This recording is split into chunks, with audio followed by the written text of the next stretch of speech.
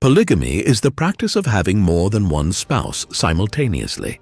It can take various forms, primarily distinguished by the gender of the multiple spouses involved. Polygyny. This is the most common form of polygamy, where one man is married to multiple women. It has been historically and culturally practiced in many societies around the world. Polyandry. This is a rarer form of polygamy, where one woman is married to multiple men. It has been practiced in some cultures, such as certain Himalayan societies, parts of Tibet, and among the Toda people of India. Group marriage or communal marriage. This form involves multiple men and multiple women forming a single marital unit. This practice is less common and often associated with communal living arrangements or certain utopian communities. Polygamy has been a common practice in many cultures throughout history. In prehistoric times, societal structures were primarily determined by survival needs. The concept of marriage as we understand it today did not exist. Instead, relationships were formed based on the necessity for reproduction and division of labor. It is believed that polygamy, specifically polygyny, one man with multiple wives, was common during this era. The higher mortality rate among prehistoric men due to hunting and warfare resulted in a surplus of women, leading to the practice of polygamy. Additionally, having multiple wives increased fertility, a crucial factor for the survival of early human societies. However, this practice was not universal. Societal structures varied greatly depending on geographical location and available resources. As we explore polygamy in prehistoric times, archaeological and genetic evidence supports its prevalence. One of the earliest indications comes from the Paleolithic era, around 20,000 years ago. Fossil records from this period, particularly in modern-day Russia, reveal a skewed gender ratio in adult remains, with significantly more females than males. This suggests a polygamous society where one male mated with multiple females. Research on ancient DNA, such as the study conducted in 2008, indicates a higher variance in male reproductive success compared to females, pointing to a polygamous mating system where a small number of males mated with multiple females. Moving into the Neolithic era around 10,000 years ago, the advent of agriculture led to significant changes in societal structures, including marital practices. Some societies practiced auroral polygamy, one man marrying multiple sisters, or fraternal polyandry, one woman marrying multiple brothers. Archaeological evidence from this period suggests a continuation of polygamy, but with notable shifts. One shift was the emergence of social stratification. As societies transitioned from hunter-gatherer lifestyles to farming, wealth and resources became increasingly concentrated, leading to powerful elites who could afford multiple wives. Evidence of this is seen in burial sites, where high-status males are often buried with multiple females. Another shift was the change in the nature of polygamy. While Paleolithic societies were predominantly polygynous, Neolithic societies showed evidence of both polygamy and polyandry, one female with multiple male partners. This is suggested by archaeological findings in regions like ancient Tibet and Nepal, where burial sites indicate a woman being buried with multiple men. In particular, ancient Tibet, known for its unique cultural practices, notably practiced polygamy. This societal norm, deeply rooted in Tibetan culture, was prevalent during the Tibetan Empire from the 7th to 9th centuries. Polygamy was not only accepted, but also encouraged as a means to establish alliances and strengthen familial ties. A prominent example is the Tibetan king Songtsen Gampo, who had multiple wives, including Princess Wenqing from the Tang dynasty of China and Princess Brikuti of Nepal. These marriages were strategic, designed to serve political alliances and promote peace. Excavations at Tibetan burial sites have revealed multiple wives buried alongside high-ranking males, indicating the normality of their polygamous marital status. Ancient texts and scriptures, such as the Old Tibetan Chronicle and the Old Tibetan Annals, provide evidence of polygamy. These documents, dating back to the 7th century, contain records of marriages, divorces, and the societal norms surrounding these practices. Polyandry, where a woman has multiple husbands, was also common in Tibet for a very specific reason. Among the peasant class, brothers would often share a wife to prevent the division of land and property. The practice addressed the challenges of land shortage and population control. The practice of polygamy in ancient Tibet began to decline with the spread of Buddhism in the region around the 7th century.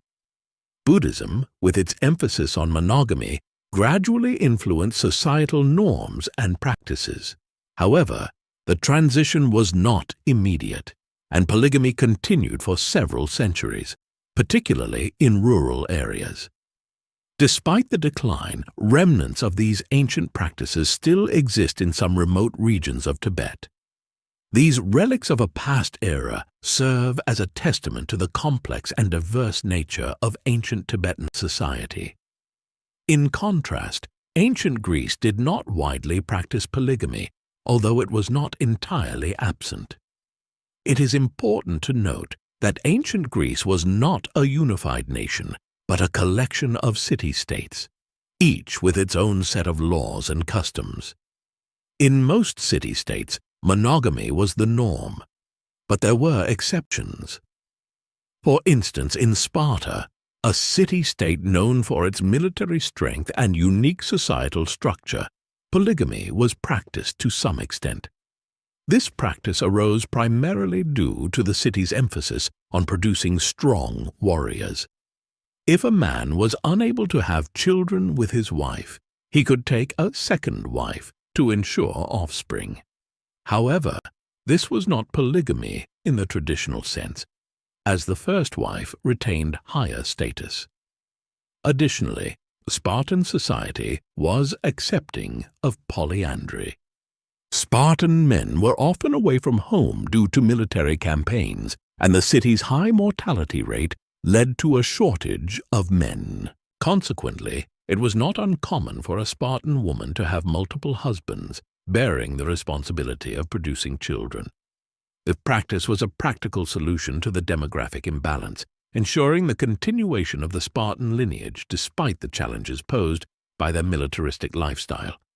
However, it's crucial to note that these practices were not the norm throughout ancient Greece. Each city-state had its own laws and customs, and what was acceptable in one might not be in another. For instance, in Thebes, another prominent city-state, monogamy was the standard, and polygamy was virtually unheard of. Thebes, unlike Sparta, did not face a severe gender imbalance, and thus did not require such drastic measures. In other city-states such as Athens, the practice of polygamy was largely frowned upon. Athenian law dictated that a man could only have one legal wife, but concubines were common. The practice of keeping concubines was not considered polygamy, but it did blur the lines of monogamy. The wife, usually of the same social status as the man, was responsible for running the household and producing legitimate heirs. Concubines, on the other hand, were often slaves or metics, foreigners living in Athens. Their children were considered illegitimate and could not inherit their father's property. While the practice of polygamy was not widespread in ancient Greece, it was more common in the mythology of the period. The gods of the Greek pantheon were often portrayed as polygamous, with Zeus, the king of the gods, being the most legendary example. Zeus had numerous lovers, both mortal and divine, and fathered many children. These mythological narratives may have influenced societal norms, but they did not directly translate into everyday practice. The gods were seen as beings who operated outside the moral and social constraints that governed human behavior. Therefore, their actions, including their marital arrangements, were not meant to be copied by mortals. In the realm of mortals, marriage in ancient Greece was primarily a social and economic contract, rather than a romantic union. Men married to secure legitimate heirs and to forge alliances with other families. In this context, polygamy would have been impractical, as it would have complicated inheritance issues and potentially led to conflicts between wives. It's worth noting that in all cases where polygamy was practiced in ancient Greece, the primary motivation was not sexual, but rather social and economic. However, personal enjoyment likely played a role as well. In stark contrast to Sparta, ancient Rome was a society where polygamy was neither common nor socially accepted. The Romans practiced monogamy, a practice that distinguished them from other ancient civilizations. Roman law on marriage, matrimonial law, was based on the idea of a union between one man and one woman. The concept of polygamy was alien to their societal norms and legal systems. Marriage in ancient Rome was a private contract between two families, not just the individuals getting married. It was a strategic alliance for political, social, or economic reasons. While Romans did allow for extramarital relationships, these did not equate to polygamy. Roman men could have concubines or engage in affairs, but legally and socially there was only one recognized wife. The stability and order of Roman society were reflected in their strict adherence to monogamy within the legal framework of marriage. In ancient Rome, a woman would leave her father's authority, patria potestas, and come under the control of her husband or his father. The husband had the right to divorce his wife for various reasons, including infertility, adultery, or even for drinking wine, which was considered a serious offense. Women drinking wine was frowned upon and socially unacceptable, especially for married women, as it was seen as a sign of looseness and immorality. However, it was more acceptable for widows and older women. Marriage in ancient Rome was seen as a duty to the state, with the primary purpose being to produce legitimate children who could inherit property and continue the family line. The importance of monogamy was so ingrained in Roman society that Augustus, the first Roman emperor, introduced laws to encourage marriage and penalize those who remained unmarried or childless. Despite the strict monogamous principles, there were instances of de facto polygamy in ancient Rome. This was not through multiple legal marriages, but rather through the practice of maintaining palakae, similar to Greek concubines. These relationships were socially acceptable and even regulated by law, not considered adultery as they were a lower status form of partnership. The children of a concubine were not considered legitimate heirs, but were given the status of natural children and could be legitimized by their father if he chose to do so. This practice allowed Roman men, particularly those of high status, to have multiple sexual partners while still maintaining the societal norms of monogamy. It was a way to avoid the strict laws of marriage without facing social or legal repercussions. Despite the use of palaka, Roman society held monogamy as the ideal. This was reflected in their mythology and literature. The tale of Lucretia, who chose to end her life rather than live with the dishonor of rape, was seen as a testament to the Roman values of chastity and loyalty. The Romans also had strict laws against adultery. The Lex Julia de Adulteriis, a law enacted by Augustus in 18 BC, made adultery a public crime for the first time.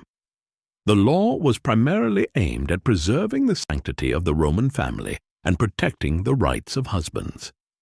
It allowed them to kill their wives or their wives' lovers if caught in the act. Moving far east, Asia has a long and complex history, with its roots deeply embedded in the cultural, religious, and social fabric of several societies. In ancient China, polygamy found widespread acceptance and practice, especially among the upper echelons of society. Emperors and nobles commonly maintained multiple spouses and concubines, not only as a display of prestige and authority, but also as a means to secure their lineage's perpetuity. During the Zhou dynasty in the 6th century BC, the rights of Zhou formally regulated the number of spouses and concubines a man could have based on his social standing. Emperors were entitled to one empress alongside numerous concubines, while a duke could have one wife and 2 concubines, and a gentleman was typically limited to a single wife at a time. Similarly, in India, polygamy was prevalent, particularly endorsed by the ancient Hindu scriptures known as the Vedas, especially for the warrior caste. This custom stemmed largely from the significant gender disparity in society due to the high mortality rates among men engaged in warfare.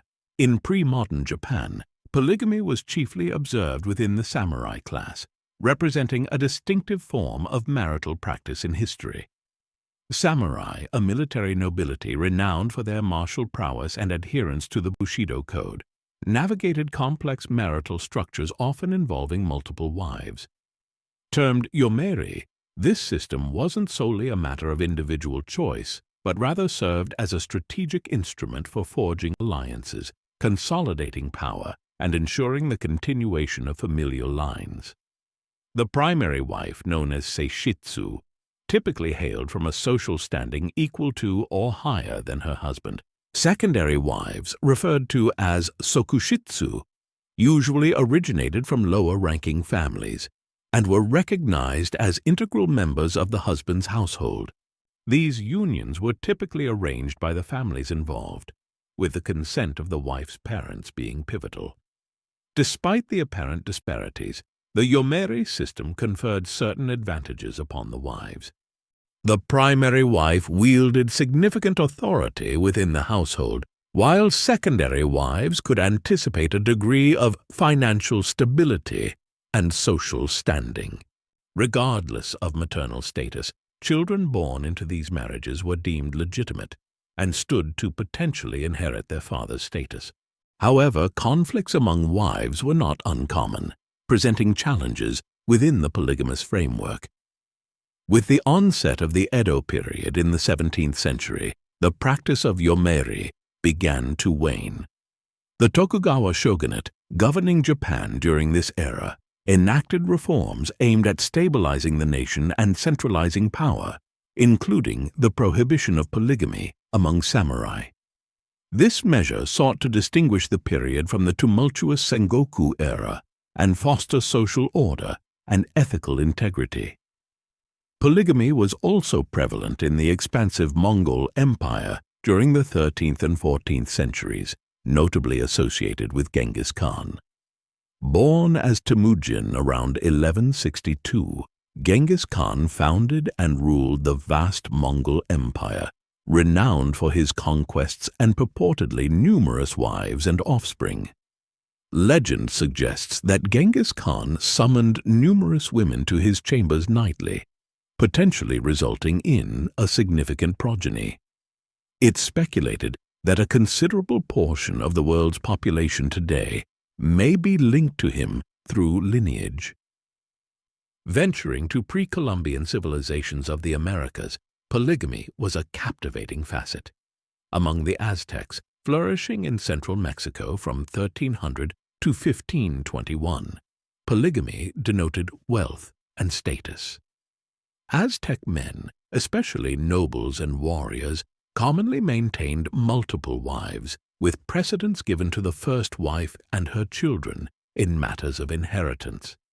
Indigenous societies of the Great Plains, like the Sioux and Cheyenne, similarly embraced polygamy due to the challenges posed by their harsh environment and nomadic lifestyle, where multiple wives could aid in family survival through diverse tasks. In the Inca Empire of South America's Andes region, polygamy, especially among the nobility, was prevalent. The Sapa Inca, the emperor, often had numerous wives, including some who were his sisters, to safeguard the purity of the royal lineage. Nonetheless, akin to the Aztecs, the Incas acknowledged a primary wife, often titled the principal wife or queen, whose offspring held precedence in the line of succession. Notably, polygamy wasn't universally practiced across all pre-Columbian societies.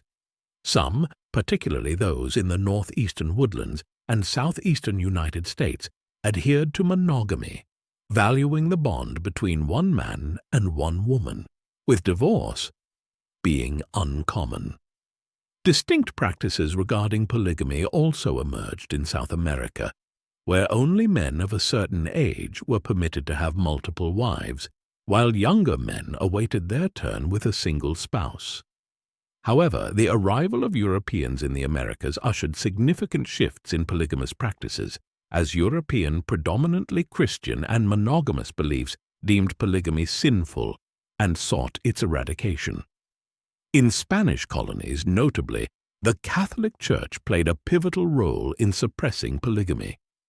The missionaries of the Church often declined to baptize children born from polygamous unions, placing considerable pressure on indigenous societies to abandon the practice. In English colonies, the Puritans, known for their stringent views on marriage and family, endeavored to suppress polygamy by enacting laws prohibiting it and imposing severe penalties on transgressors. Despite these concerted efforts, polygamy endured in certain indigenous societies, particularly in remote and secluded regions. However, by the late 19th century, the practice had largely faded away, a casualty of European cultural and religious imperialism.